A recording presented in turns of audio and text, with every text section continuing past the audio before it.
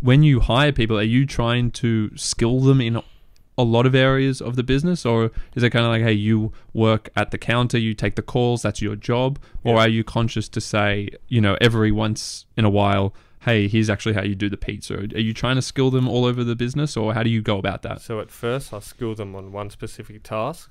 Once they're comfortable with that task, and I see they're at the height of that comfortability, I move them on to something else. But generally, I like to keep people in their positions. Because if you look at any team, sport as well, a team works most effectively when everyone's in their position. A striker doesn't do 3 different things, he just stays as a striker.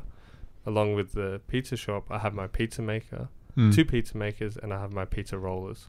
They stay in their stations. I have my oven keeper, he stays in his station, and I have my customer service, they stay in their station. If you look at any successful franchise, same thing, they got their back end workers and they got their front end workers. People stick to their stations, they're not running all over the place. And continuing that analogy there, so say the striker in the game gets injured, or both of your strikers are injured, because I guess the point is here, who comes in? And you're saying, well, it's not the defense who now become the strikers, it's the reserves.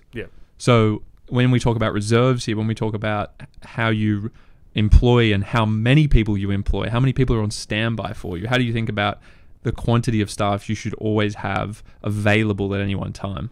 So I have, for instance, 4 pizza makers. It's very unlikely all 4 are going to call in, but if 2 call in sick, I've trained the drivers to roll dough, if that's the case, and then the driver can take their position, and then someone else I have as a backup driver can take that driver's position. So, I try and keep that going and working around and things like that. But always got to have a plan B, C, D, and E as much as you can, especially working with the younger kids, because I know when I was young, I was always taking days off to go and party. True. So how do you go about that hiring process in itself, just for people out there who aren't familiar with how a business actually gets their staff? I mean, people will be familiar perhaps with LinkedIn and other platforms, but how are you advertising? Is it mainly word of mouth these days? And if it... bit of Facebook is a big one, Facebook jobs, Gumtree.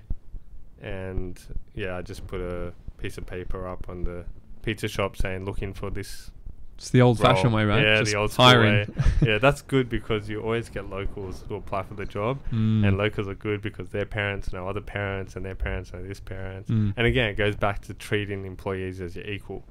Because if you're a good boss, they're going to tell their parents, "Oh, I really like the job. I'm really happy with the job," and then their parents want to support you because that's what they're attracted to. They're not going to support something where their kid's coming home every day saying, "I want to quit the job. I hate it."